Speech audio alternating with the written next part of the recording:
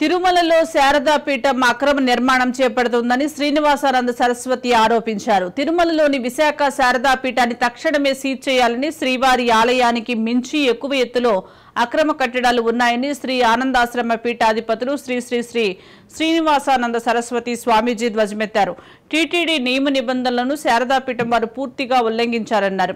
తిరుమలలో 80% ముఠాలుగా ఏర్పడి దోపిడీ చేస్తున్నారని విమర్శించారు. విశాఖ శారదాపీఠం పేరుతో కోట్ల రూపాయల దోపిడీ జరుగుతున్నా టీటీడీ ఈవో స్పందించలేదని, ధర్మారెడ్డి అధర్మ పాలన చేశారని ఆయన మండిపడ్డారు. అసలు ముఠాల పేరుతో తిరుమలలో ఇలా అక్రమ నిర్మాణాలు చేపట్టడం వెనుక రాజకీయ కుట్ర ఉందని ఆరోపిస్తున్నారు. వ్యవహరించడం, దీన్ని తీవ్రంగా ఖండించడం జరిగింది.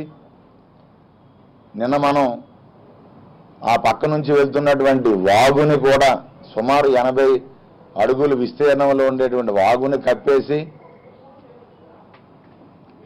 60 అడుగులు ఆక్రమణ చేసి ఒక 20 అడుగులు రహదారిగా విడిచిపెట్టి ఆ 40 అడుగుల్లో కట్టడాలు ప్రారంభించి అనుమతులన్నీ కూడా అడ్డుగోలుగా ఇష్టారాజ్యంగా వ్యవహరించి,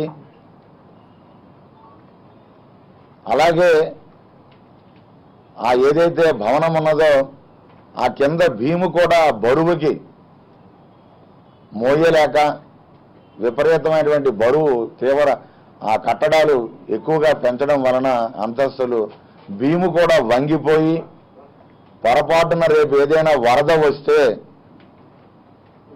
తుఫాను సమయంలో నీరు ఉధృతంగా ప్రవహించి వరదలు సంభవిస్తే వారు తాత్కాలికంగా వేసినటువంటి గ్రావెల్ అంతా కూడా ఆ ఇసుక కంకర మట్టి కొట్టుకుపోయి 80 అడుగుల విస్తీర్ణంలో ఉండేటటువంటి వాగు ఉధృత ప్రవాహం 20 అడుగులు కుదించేయడం వలన ఆ పక్కన ఉండేటటువంటి దాదాపుగా 300 మహావృక్షాలు వృక్ష